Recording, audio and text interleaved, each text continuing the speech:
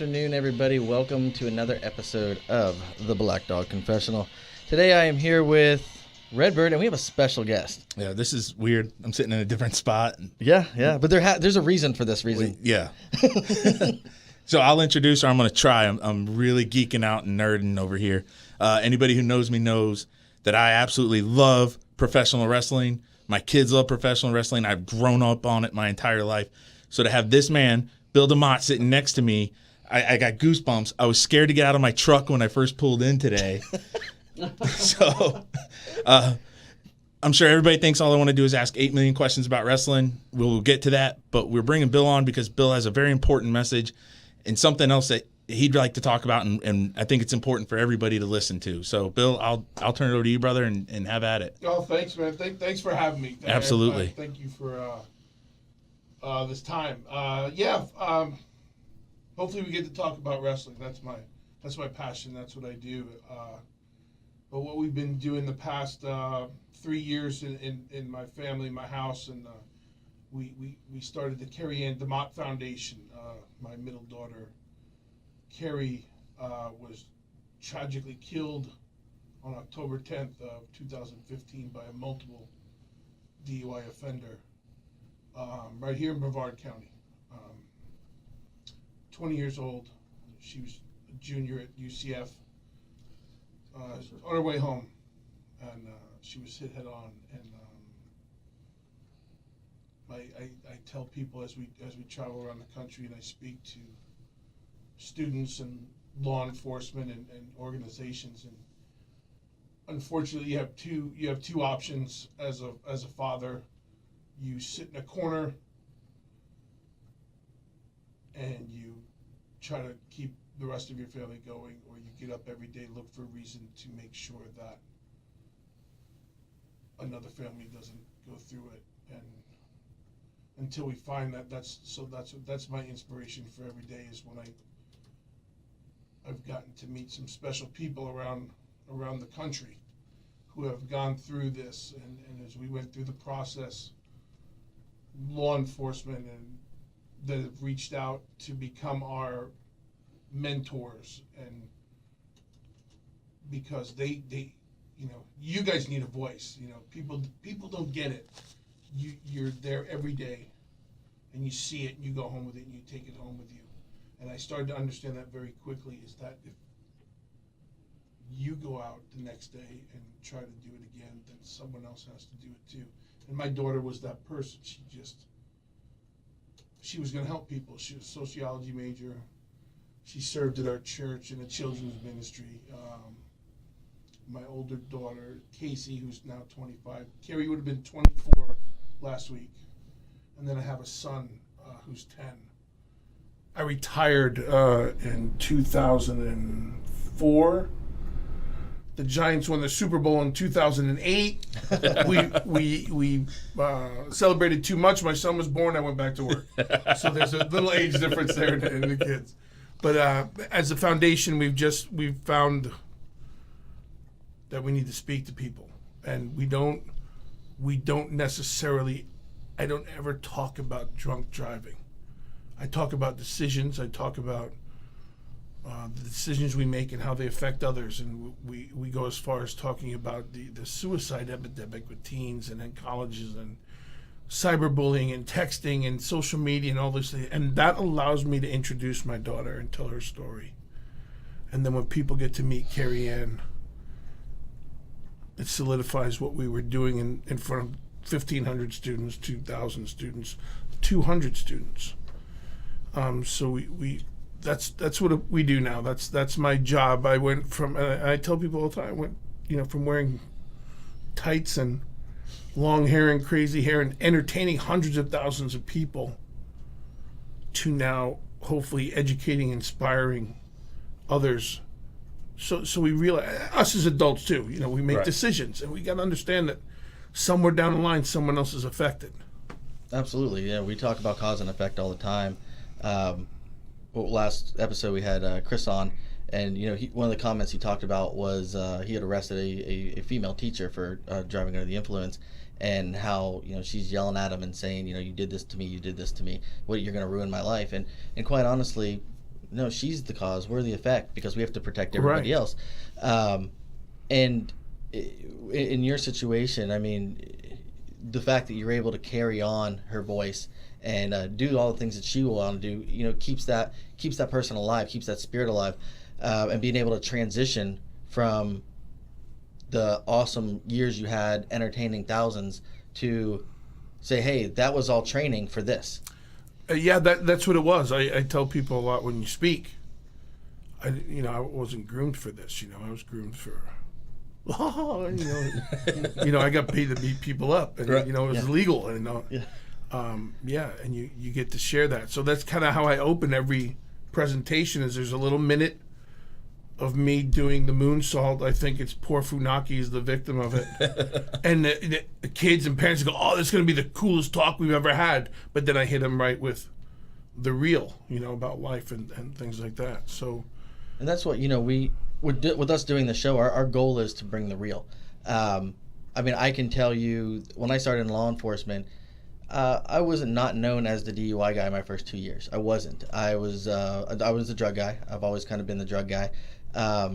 And I think I was probably maybe 2.5 years into my career. I had switched from one precinct to another, and going from Canaveral to working at South was much different. We had 95. I didn't have, everything in Canaveral was back streets, and I remember going to a wreck where a driver who was impaired had a female passenger, and there was a single vehicle crashed into the woods. And when I got there, the vehicle was turned on its side, and the male had nothing but a scratch on him. And I go to the car, and the car's on, like I said, it's on the side, and the female's, the rear view mirror was through her forehead, and she was dead, and she was hanging from her seatbelt, and she was 16 years old. And I was like, you know what, this is insane. As I'm looking at this guy go make every excuse in the world for why, this is not my fault, blah, blah, blah, and changed my whole perspective on doing DUIs. And I started doing them regularly, like 6, 7, 8 times a month. As I would find them, I'd do them, and every time I would do it, I'd always be like, I'm doing this for that girl who didn't get a chance. And oddly enough, things always kind of work out in different ways. But a couple of weeks after that accident, you know how it goes. Some of these guys, they go to the hospital, the blood draw gets happens. It could be a few months before they're actually charged. And I'm walking down Aurora Road with another deputy, and I see these guys working around this building, and I said, what are they doing? It's closed business. So we go and we talk to them, and one of them was the guy who had been the driver of that car. And I said, wow, I know you. And he goes, no, you don't. You don't know me. I said, yes, I do. You're the guy who killed that girl. And he was like, no, you don't know what you're talking about. I said, no, I was there. You were drunk. You killed that girl. And he was like, it's not like that. And he starts like trying to break down. I go, no, it is like that. You made the decision to drink. You made the decision to drive. And that girl was the result of that bad decision. And you're responsible for her death. And, later on, he wound up getting charged. He wound up being convicted. But I just thought it was one of those times that I worked a call, and I was like, man, I wonder whatever happened to that guy. And then there 2 weeks later, I get to run into him and basically get to say my bit of piece, But people like that, there's thousands of them a year. Yeah. There are thousands of them a year that we get stories like this. We go to calls like this. And it's terrible when a promising life, a life in general, but your daughter, so young, promising future, good relationship, involved in the church, doing all these things right, and then here a person that has multiple DUIs, should not even have been driving, gets in a head-on crash and kills her, and it's just it's one of those reminders for us in law enforcement that's the reason why. Keri-Anne DeMott is the reason why, that we have to do this. Some people say it's a simple misdemeanor, it's going to cost them a lot of money, all this other crap. I don't care. You know what? It could cost somebody their life. Well, that's the thing. You never know if you do if you catch a drunk and you do a DUI on them, you'll never know, did you save someone's life that night? I always looked at it as like, we probably did. There's a very good chance that one we saved. I think I was watching one of your videos this afternoon, and there was a stat you had on there. The average drunk driver drives 80 times before they're finally caught. Yep. 80 times, they say 80 times before they're caught. And that started me doing my homework. And as I talked to officers and deputies And then you come to find out, unfortunately, you can get stopped in every county in this state before you're charged with your first DUI. Right. So then I started, then the dad kicked in, the father kicked in. And now we have to do something about these laws. We need accountability, because I can't travel the country talking to law enforcement agencies and looking grown men and women in the eye and asking you to go out and do your job again when we're not going to back you up. And I can't say, because you, as you guys know, a DUI with paperwork and the arrest can take 3 hours by the time you transport them and all these things. And some of the new kids coming on, and they don't even bother with that. But if they don't, to your point, you may have pissed somebody off, a teacher, you may have pissed somebody off who made a decision, but you did save their life that night, because they're going to wake up mad, and they're going to realize when they come out of it. Right. You know, Absolutely. so that we started putting the cards, the Keri-Anne DeMott Matters cards, and window decals, and now you'll see state troopers all over the state and every county, and here in Brevard, and you see them a lot in Titusville. And McGrory, my buddy McGrory, who makes a DUI arrest, he makes sure on his camera that when he's putting the person in the car, he's filming the Keri-Anne DeMott Matters sticker. So when the judge sees that, not only is the defendant here, the cat who's being arrested, now the judge is hearing Keri's story before they decide what's going to happen. Right. Absolutely. So it's you, law enforcement needs help. Everybody thinks, oh, you're the end all do all, and to me, you are. I have family in law enforcement, but that I feel like that's my justification for challenging you again to go out and do it. Right. Because we're going to be right there next to you, trying to make sure that, because there's things you can't do.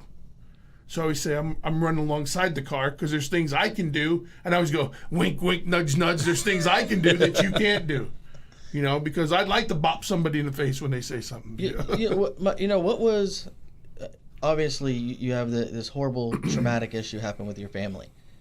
At what point did you wake up and say, I'm going to use everything that I've learned over my career, and I'm going to put that into this now? That next day. Oh, wow. Because I had, my son was 7 at the time. My wife was staring, looking at me, and my daughter was staring, looking at me. And I didn't have any answers for them because I was lost. I'm lost now. This is our 4th holiday without her. She's 3 years now. And I'm lost. But I can't have them lost. I need them to keep going. And they need help to figure it out. And when you go to people and say, I'd like to help, and I was told, no, thank you, we have it. Well, now you've just, excuse my language, you just pissed in my Cheerios. This is my daughter we're talking about. Yeah. So those people who told me no, thank you, a national organization, then with a little nudging from my wife, we took it upon ourselves and we founded the Keri-Anne DeMott Foundation. And no one will ever hear no from us. We just started victim services this year. Now, with the victim services aspect, obviously, you're what people don't see. You know, they see the story in the paper where somebody gets killed in a car crash, but they don't see the after effect. They don't see when a trooper or a police officer has to come tell you that this has occurred, and then what the damage is and how you come back from it. When we come back from our break, I want to talk on that. I want to know how. What motivates you? I should say, I know what motivates you, but what keeps that fire burning? Cool. So we'll go to break right now, and Jesse will play us out.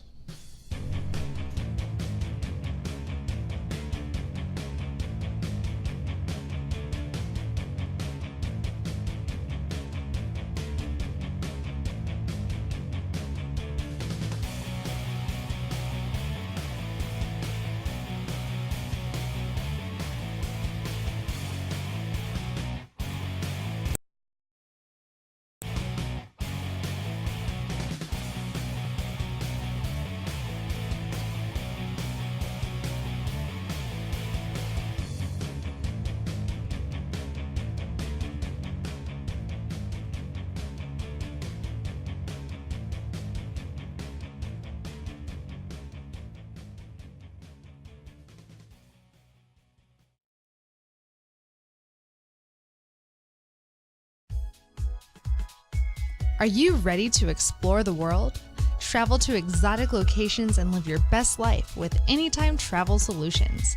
Anytime Travel Solutions are your worldwide, unbiased concierge with access to real inventory of hotels, cruises, railroads, tours, and all of the best excursions. Anytime Travel Solutions realizes how fun it is to plan your own vacations, so we have the option to search vacations and book safely on our website, or you can visit us in our conveniently located offices in downtown Melbourne, Florida.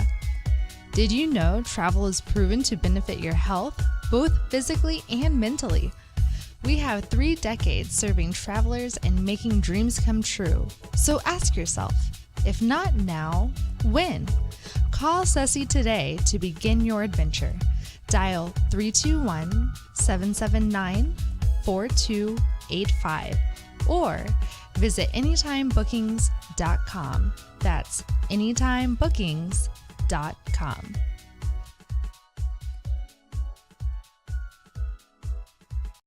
Hey, make sure you check out Space Cowboy Justice with your hosts, Blake Stewart and Paul Daly.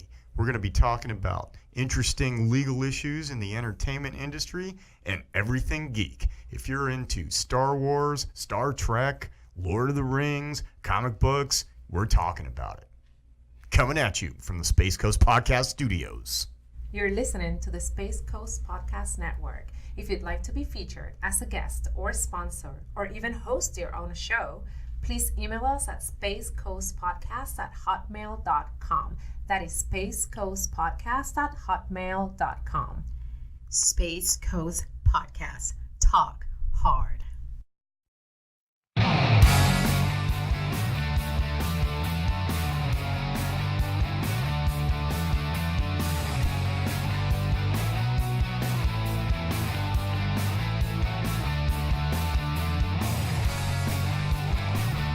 All right, we are back. I think you jumped the gun. You need to wait till Jesse points. Jesse's finger was up. It was not pointing. Yeah, up is weight, clearly. Point goes.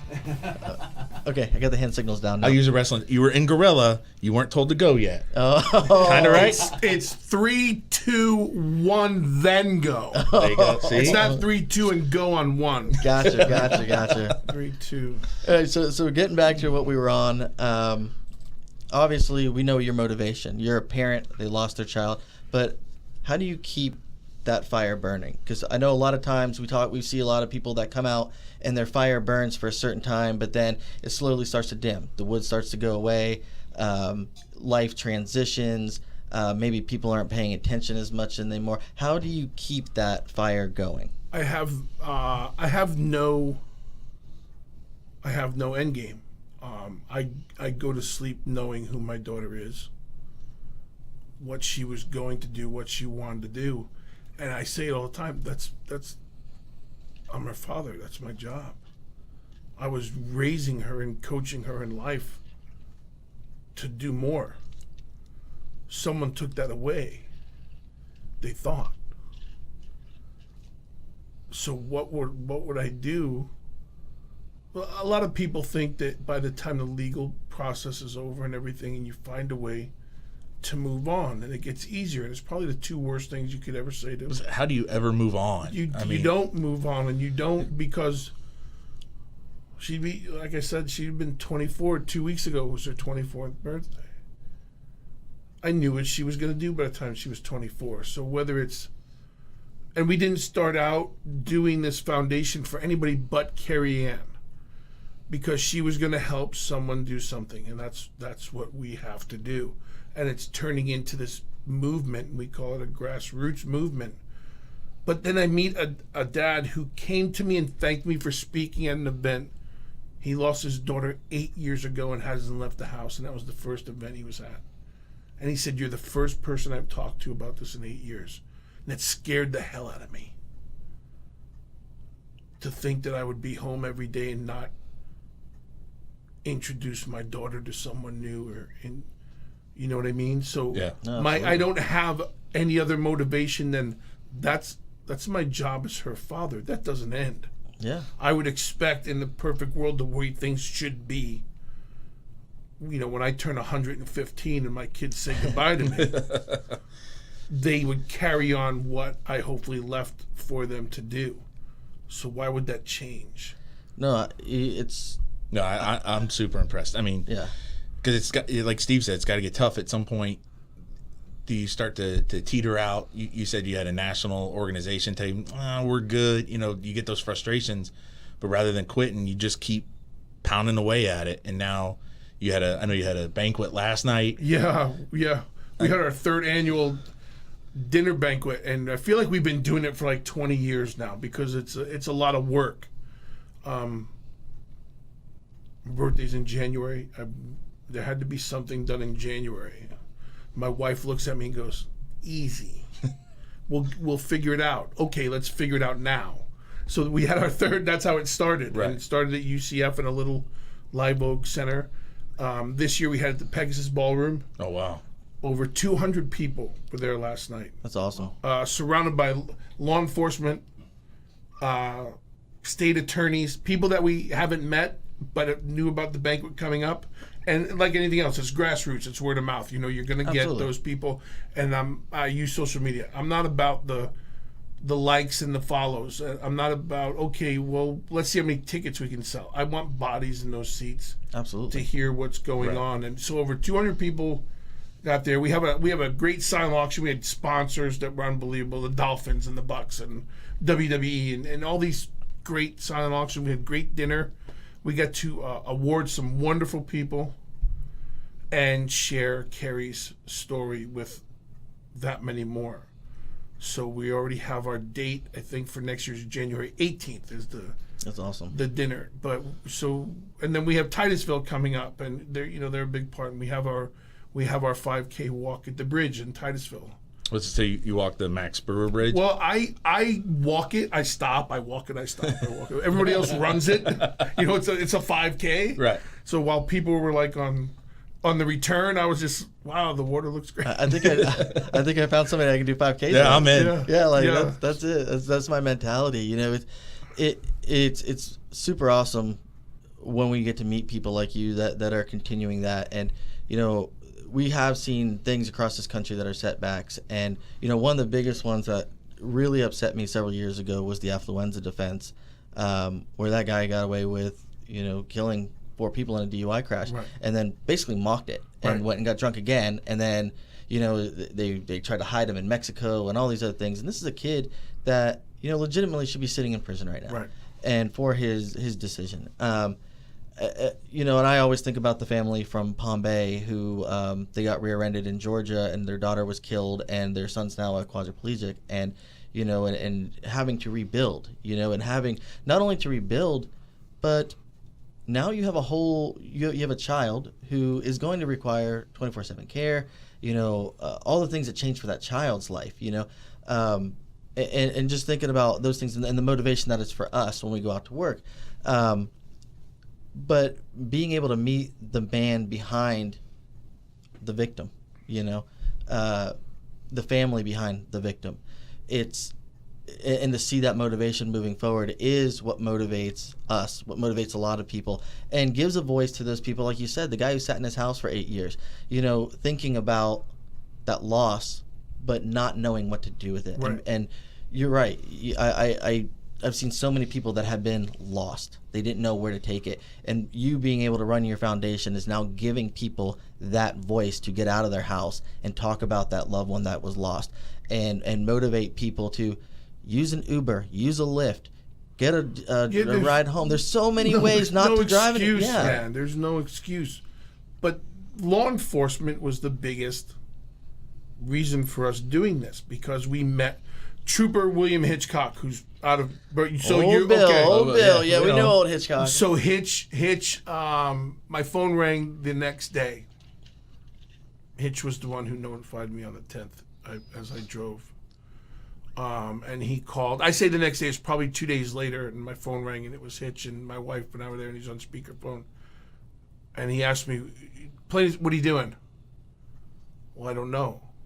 I'm just, waiting, day 2. Get off your ass and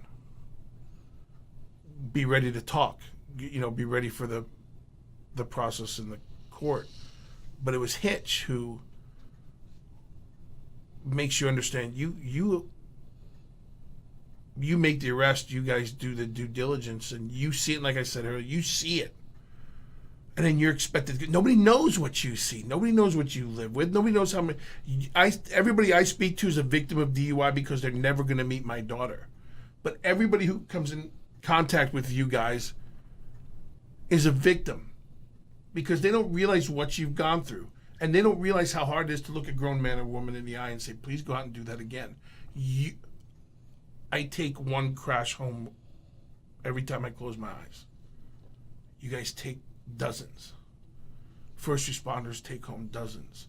And before I could go talk to a student and say, don't do something stupid, before I could talk to a school or a corporate event, I started talking to law enforcement and saying, please don't stop what you're doing.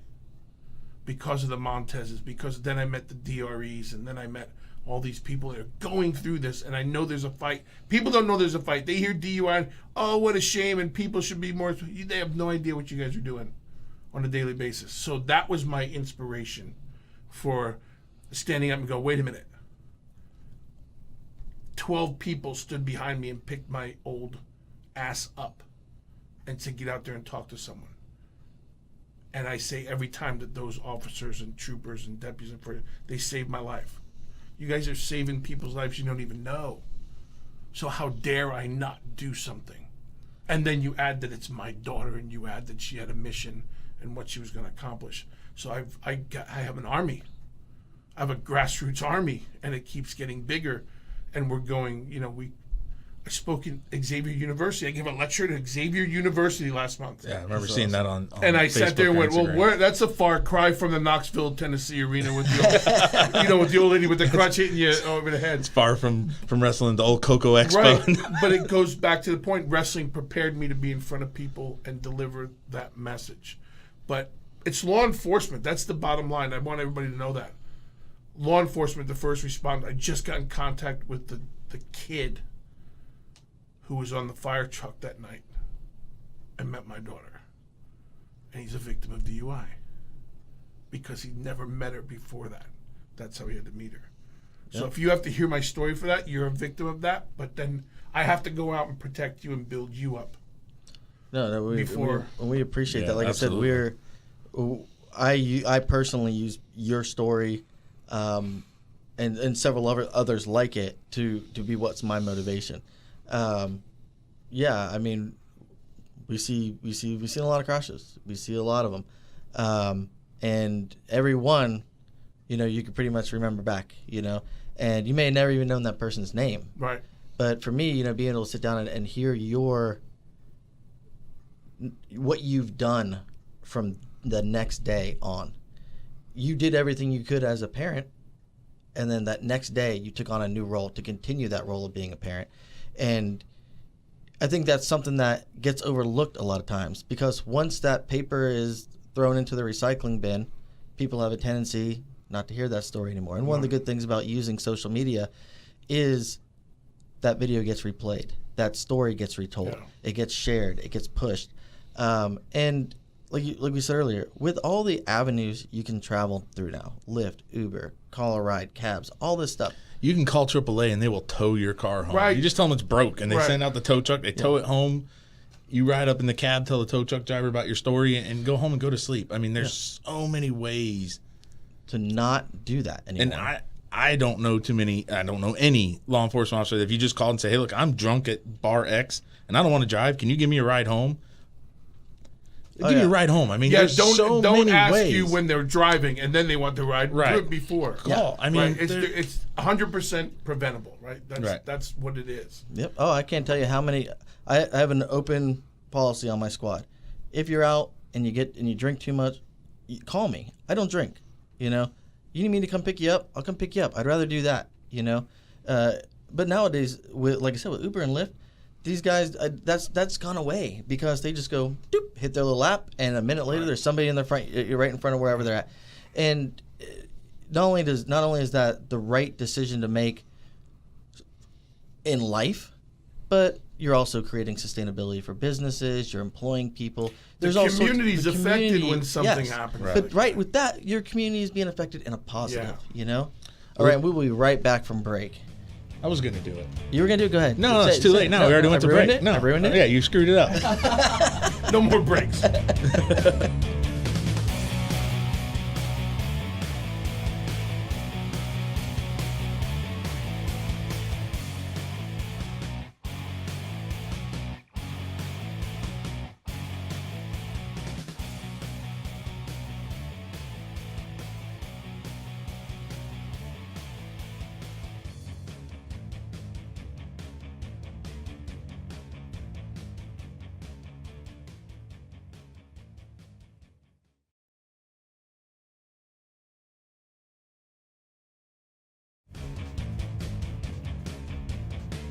In the studio, breaking news. This guy literally just broke down the door. He's got incredible news.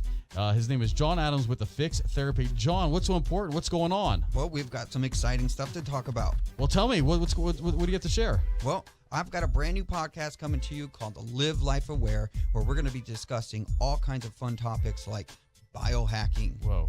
Yes. We're going to be talking about integrated medicine. Mm-hmm. And we're going to be talking about some really new hot topics in Florida with medical marijuana and CBD. I see. Well, that sounds exciting. So what else can the listener expect? Well, fun facts of the body. Did you know that one red blood cell carries 1 billion oxygen molecules? That's a lot. I had no idea. Yeah, so if you looked up into the night sky, right, you could take every little star and put them on one red blood cell. Oh my gosh, that's incredible. So all kinds of trivia, surprise guests, and things that you're not going to hear about just hanging out in your family practitioner's doctor's office. Absolutely. We're going to be talking about all the stuff you're not listening or hearing from maybe your general practitioner. Amazing. All right. Thanks so much, John. Live Life Aware, guys, coming soon from the Space Coast Podcast Studios. Jesse, have you ever wondered what is the best way to interview applicants for your open position so you have the best chance of hiring a keeper? All the time. Well, I talk to managers every day, Jesse, that use their gut instinct to make a hire. Sometimes that works out, but more times than not, it can lead to a bad hire. Replacing a poor hire can be expensive and hurt morale. One of our most popular service offerings at HR Office Savers is teaching employers how to be better interviewers. Improved interviewing techniques lead to better hiring, which leads to better employee retention, which leads to less turnover and more profit. Contact me today to find out how you can learn to be a better interviewer. I can be reached online at www.hrofficesavers.com or by phone 928-308-4506. Again, that's 928-308-4506. 928-308-4506. You're listening to the Space Coast Podcast Network. If you'd like to be featured as a guest or sponsor or even host your own show, please email us at spacecoastpodcast@hotmail.com. That is spacecoastpodcast@hotmail.com. Space Coast Podcast. Talk hard.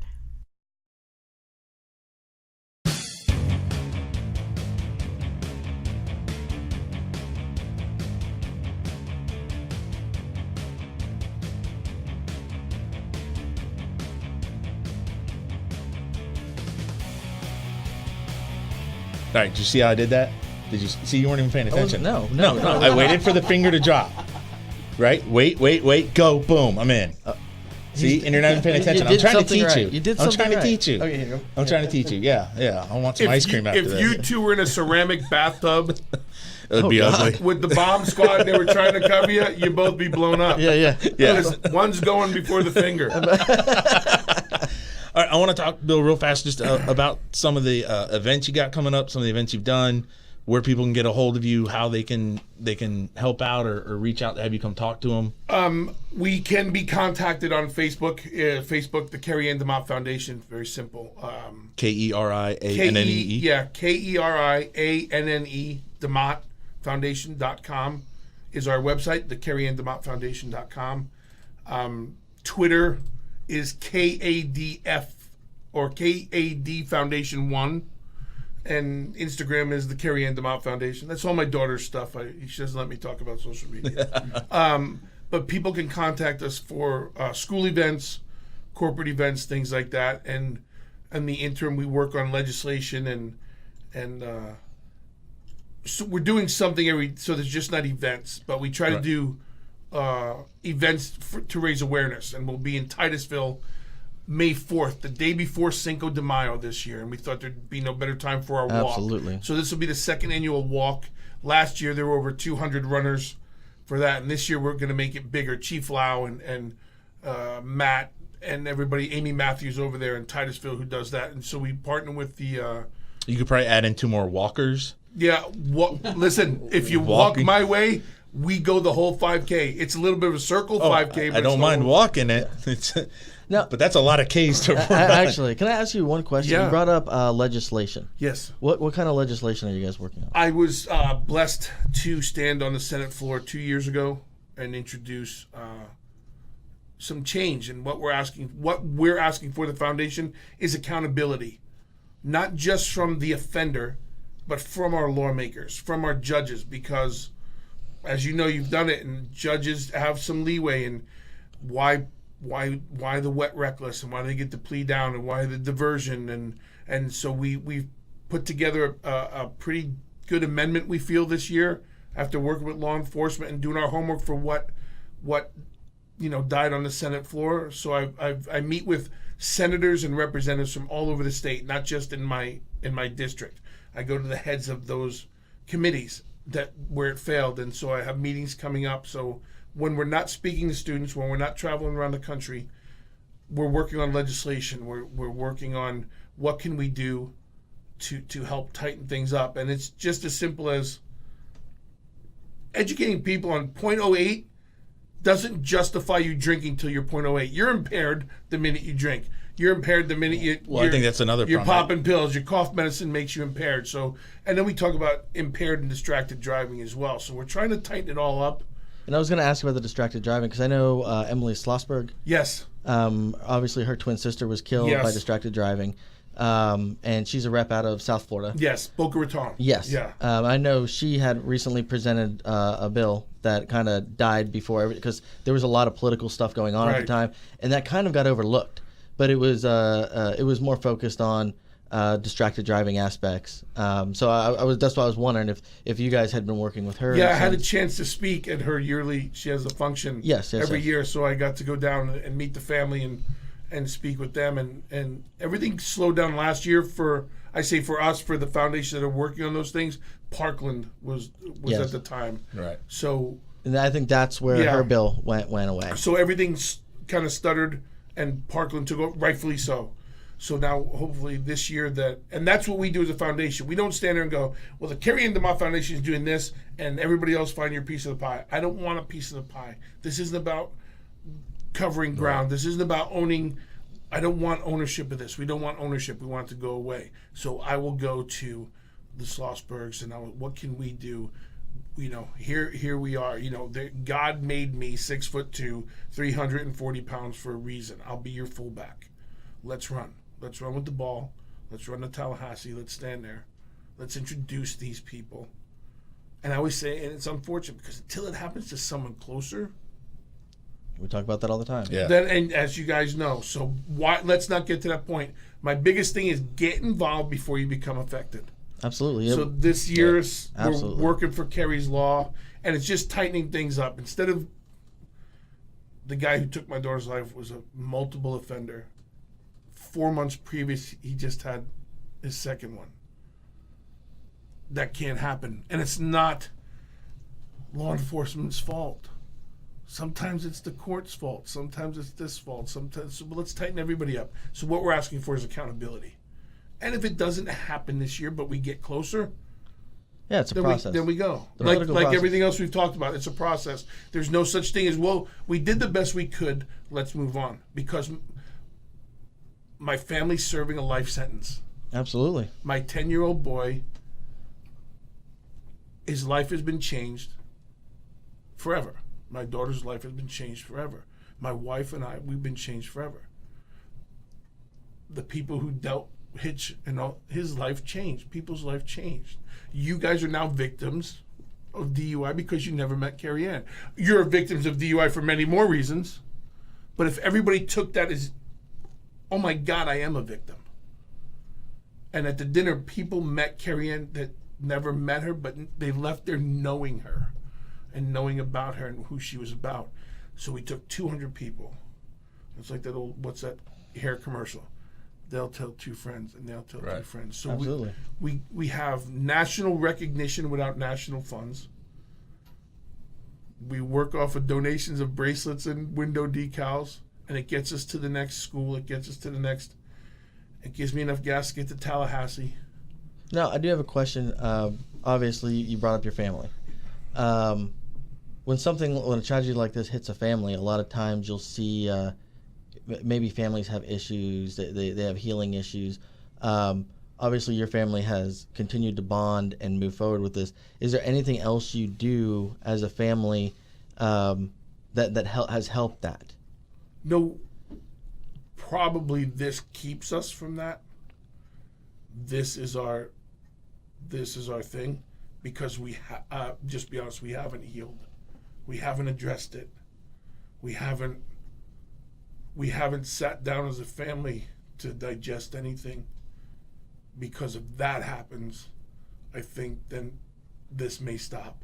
Right. And that's why I said earlier, I can't stop. I don't, it's not my time to stop.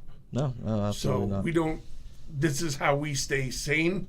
Mm-hmm. This is as how we, best you can. Yeah, this is what keeps us all going. My wife goes to work every day. Her life has changed. My daughter goes to work every day. My boy goes to school. I do the things I do. But at the end of the day, when we're all in that house together, we look at each other for a minute and. Yeah, no, man. It's, But I think it's like you said, though. As long as you keep moving forward with your message, then Keri keeps moving forward. Yeah. And Keri's always there. Yeah. In the bigger scheme of things. I got my time. I think it's awesome. I have my time with Keri. I know where she is. I know what she's doing. She's waiting. No, absolutely. Until then, yeah, we fight. No, absolutely. Yeah, man. I mean, like I said, we nothing but respect, and you provide us with motivation with everything you do. And I know for Chris, here's a guy who was fanboying all before this because I told you I was scared to go. Didn't want to get out of the truck. But his mindset, he grew up watching you. And this is one of those guys that, I mean, this dude woke up and turned on he still does. I mean, what am I joking about? Yeah, I don't know what you're talking about. His daughter runs around with the championship belt and tries to hit me with it. I don't even know what's going on when I go there. She has 2 now, and she keeps beating me, so she's going to continue to hold those titles. One for TV, one for live events. Right? Yeah, exactly.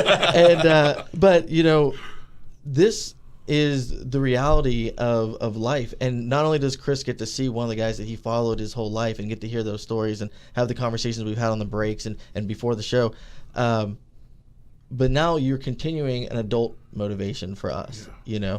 Like I told you before, growing up for me, I was a little kid and I remember seeing Hacksaw Jim Duggan run out waving that American flag. And I don't know what triggered in a little kid, but I always thought that was awesome. Yeah. Like I didn't care if you won, if you lost, what it was. I wanted him to run out there and I wanted him to yell ho and hang up and hold up that 2x4 and swing that American flag, give you a thumbs up. And with that tongue. Yeah, and and I know, yeah, and I know what it was, but to me, that was like patriotism, and that was a guy who was inspiring kids to be American and loved that. And and anytime you saw the Mountie and all those other people, I'd be like, you better crush him, you better wave that flag. I didn't know anything about Canada or anything else, but I just was like, no, you wave that American flag and you do what you got to do, But it's been really cool to see what you've done, and like I said, I've known Matt for a while. And I actually remember when the actual accident happened, and reading about it. I remember Matt posting on Facebook and being like, "Wow, that was really close." And like you said earlier, a lot of times people, until it affects them or somewhere close to them, they don't react, and we see that a lot with cancer walks and stuff. See, Jesse just put his finger up. So I'm gonna do this one. All right, we're gonna go to break. I think we're done with the heavy stuff for a little bit. When we get back, I want to talk some pro wrestling. Done.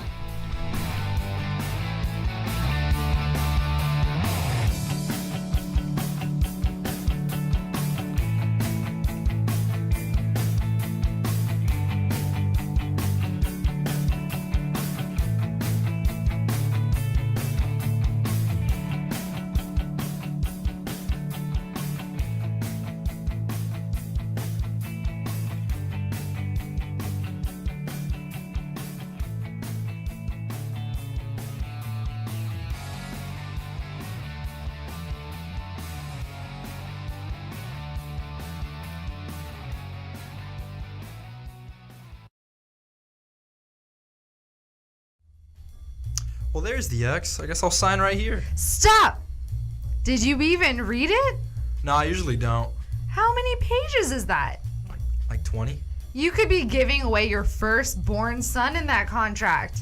That's a pretty good point. I don't want to do that. Or that's a lease, right? You could be giving your landlord rights to have their Fat Uncle Joe come and use your coffee maker whenever they want. Uncle Joe's fine, but not Fat Uncle Joe. Yeah, not that one. Well, this is a lot of legal information. I don't really know it. Who could I go for this? Well, that's exactly why we have Blake Stewart at Stewart Law. He specializes in business, contracts, and construction law, and he has negotiated low prices for contract reviews, just for cases like this. Check him out on Facebook, Stewart Law CS. Or on the web at stewartlawcs.com. Or give me a call at 321-541-6845.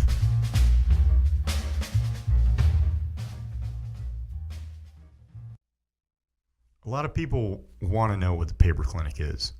And honestly, the paper clinic is a lot of things. It's a collaborative space where you can come and bounce ideas off other professionals. You can get advice from professionals in the field. You can get legal advice, insurance advice, and you can be the expert. You can advise people as to things that you know about. But the paper clinic's a lot more than that. When the paper clinic works together, it becomes a one-stop shop for anybody who wants to start a business. You can walk right in one door of the paper clinic and you can get your business formed, you can get your business insured, you can get a tax plan, you can get marketing, and you can walk right out the other side of the paper clinic with a turnkey business. The Paper Clinic. Big firm resources for the small business. Check us out on the web, thepaperclinic.com, or on Facebook at The Paper Clinic. You're listening to the Space Coast Podcast Network. If you'd like to be featured as a guest or sponsor or even host your own show, please email us at spacecoastpodcast@hotmail.com. That is spacecoastpodcast@hotmail.com. Space Coast Podcast. Talk hard.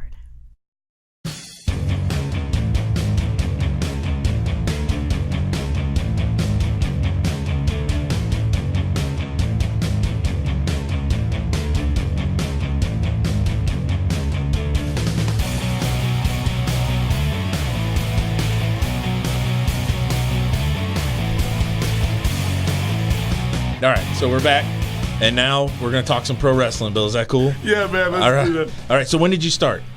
1988. All right. A lot of people don't know what 88 is. That was actually 1900s was a thing. We were around. Yeah, I was around. 1988, Yeah. Brooklyn, Gleason's Gym. Oh, wow. Yeah. Just That's walked in one awesome. day and said, I want to do this? Or Quick. Yeah. How it started, I left college. I was escorted actually out of college.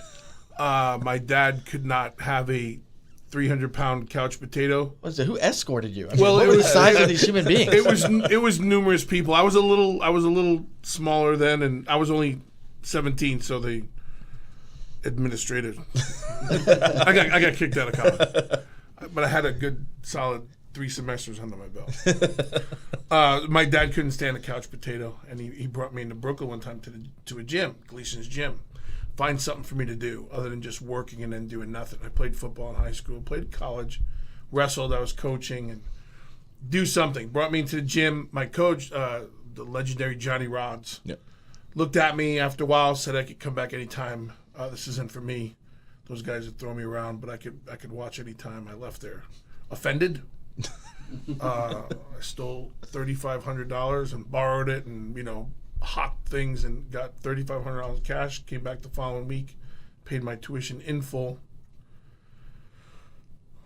2019, here we are. When does the moonsault come in? It comes in 20 minutes after this show is over. But when did you first put it in? Today. No. I was sitting there thinking, oh my God, who's gonna get that? I was. I'll look. It'll hurt like hell. I'll probably get every rib broken and need a ride to the emergency room. But I'll gladly take it. You only have one person in front of you. Coach Greg Lovelady, the head coach of UCF baseball. Yeah. Big wrestling fan. Pokes me all the time. I'll lay right here. Just do it. Just jump off a desk. Just one time. Just do it. So we all summer long our boys play ball together. Just do it. I'll lay in the pool. It won't hurt that much. Just do it. I am not doing it. So it happened in Puerto Rico. We had a day off back in the early 90s, and we're belly flopping in the pool. So everybody's trying to figure out how to make a better belly flop. So I did mine backwards. There's a big difference between the edge of a pool into the water and then 12 feet, 15 feet upside down. Yeah, then. So when we got back to the tour in Japan, Kevin Sullivan said, you're going to do the flip tonight from the top. I've never done it. I'm not doing it. I won't do it. He goes, you'll never work here again. So you did it? So I don't care. I'm going home, pack my bags. I'm not doing it. It's the biggest show of the tour. And then we're going home. You're doing it. I'm not doing it. You're doing it, or you're never going to work again. So I knew he was serious. Well, son of a gun. I got up there and closed my eyes and jumped, and the lights, unbelievable. My eyes were closed. I still saw the lights. I landed on this guy. The place erupted.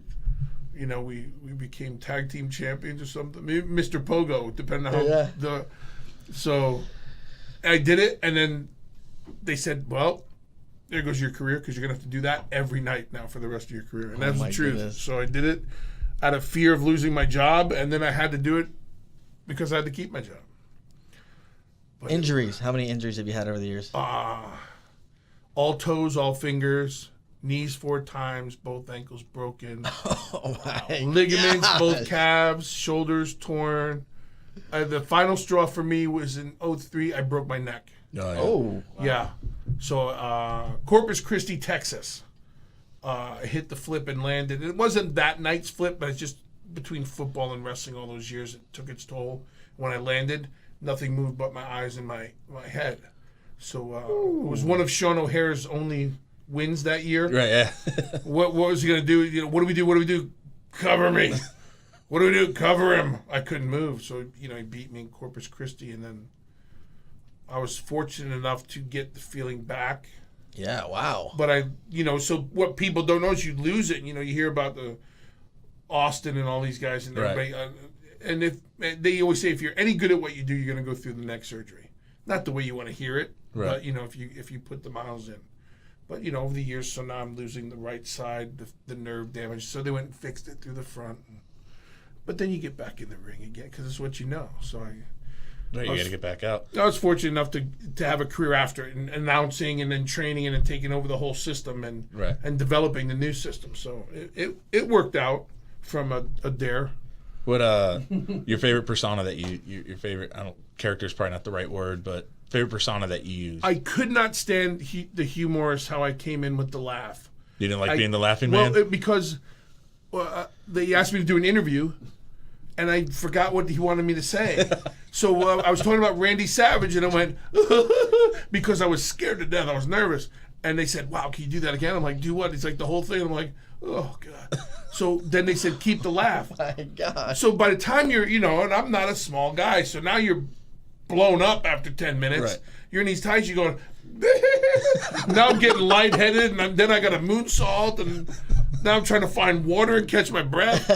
I'm trying to find people's puffers to get air in me. So as much fun as I had with that was the hardest part about that. I think when I was just allowed to be Bill DeMott, right. The Tough Enough Years and all that, it took a lot of pressure off.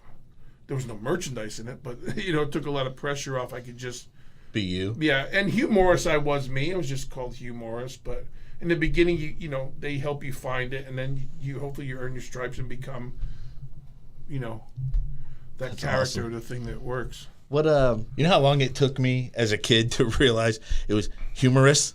Well, that's it took me forever. Bro, and it just dawned on there's Steve's face. They called me Hugh Morris. Right. So at first I was the man of question. Then Hugh Morris. And I walked in the office and go, I don't get it. And Arn Anderson, what don't you get? Anderson. Who calls himself Hugh Morris? And then Sullivan, you dummy. It's humorous.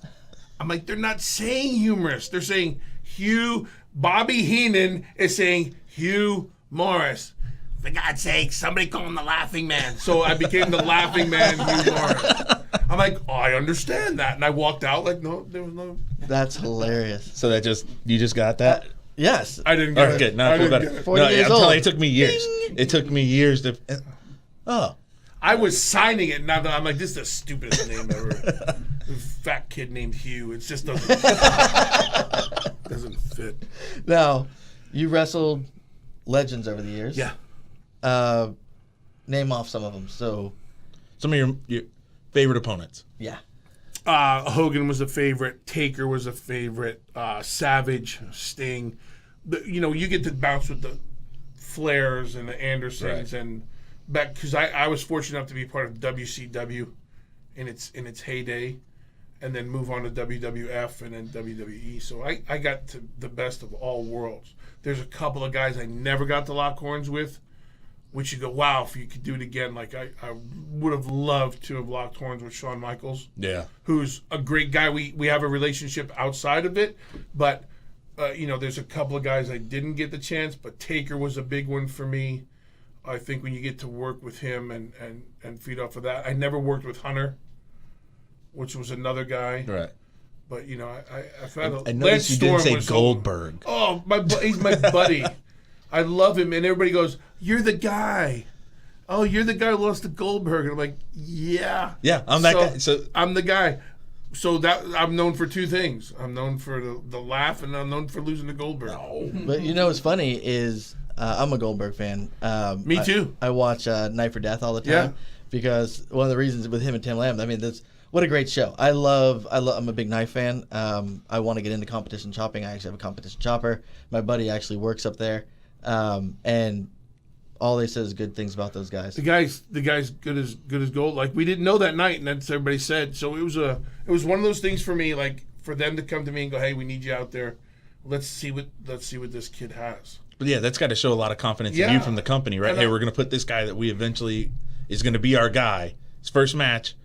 We need you to go out there and make sure it goes They didn't even know smooth. he was going to be the guy. They were like, the only thing we were trying to convince him, don't do the backflip.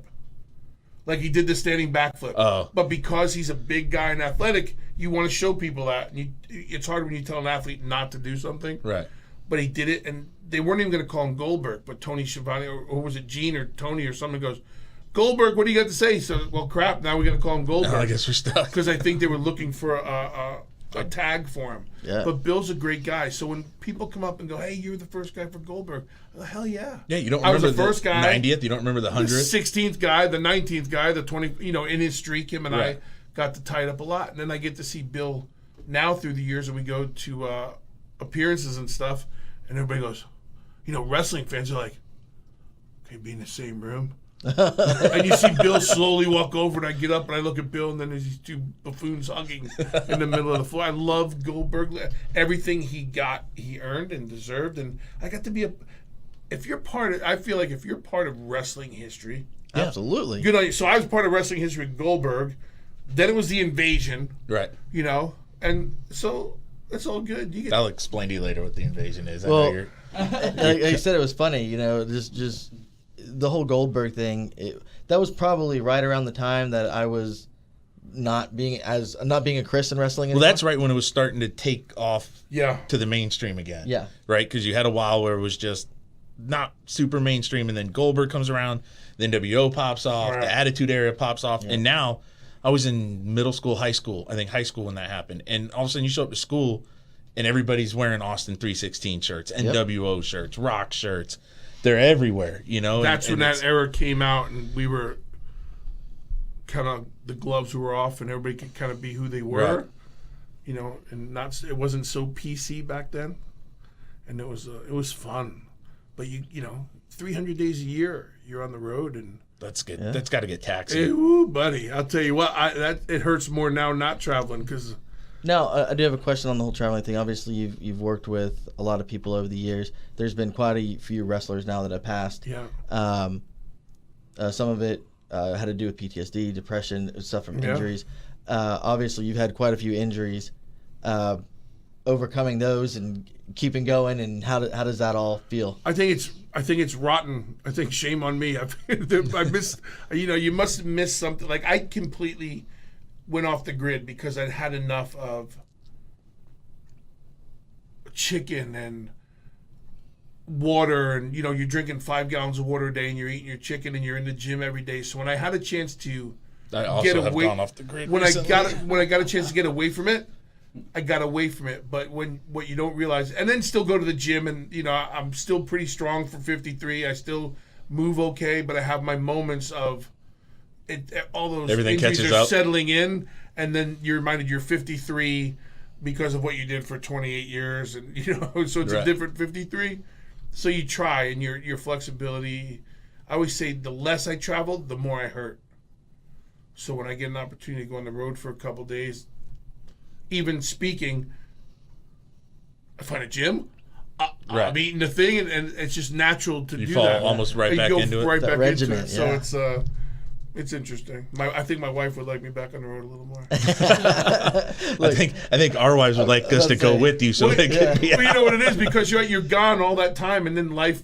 That's how everybody adjusts to it. Right. And then, All of a sudden you're home. hey, Dad's home again today. Yeah, well, me and my wife, we always joke because we're obviously Dad's both in still law enforcement. here. Yeah, that's it. And I've pretty much been on midnights most of the time. And when my wife was on midnight, she was on the opposite schedule. So we've always kind of had an opposite thing. At one point, we were on the same schedule, and we were like, "Wait, you don't go to work today?" Yeah.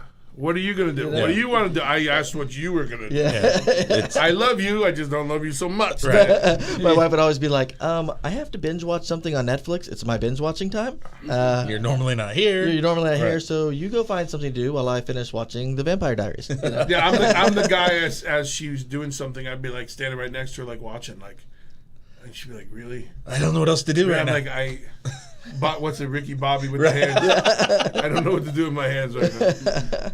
Worst finisher to take. Ooh. I don't know. I only fear one move in wrestling.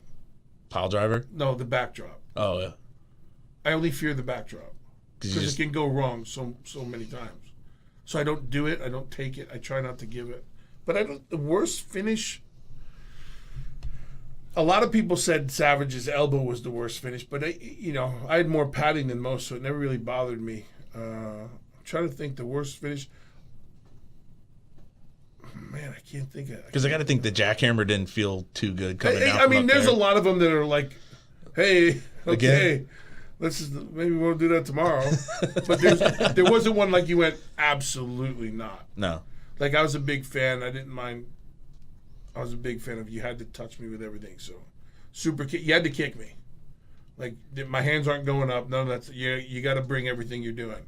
The discus punch was a little much. Everybody left with a black eye and a discus punch. Your Right. nose was moved over a little bit. But I didn't fear any of them. I'm sure there's a few. I know I can probably name a couple hundred guys who didn't like mine. Yeah.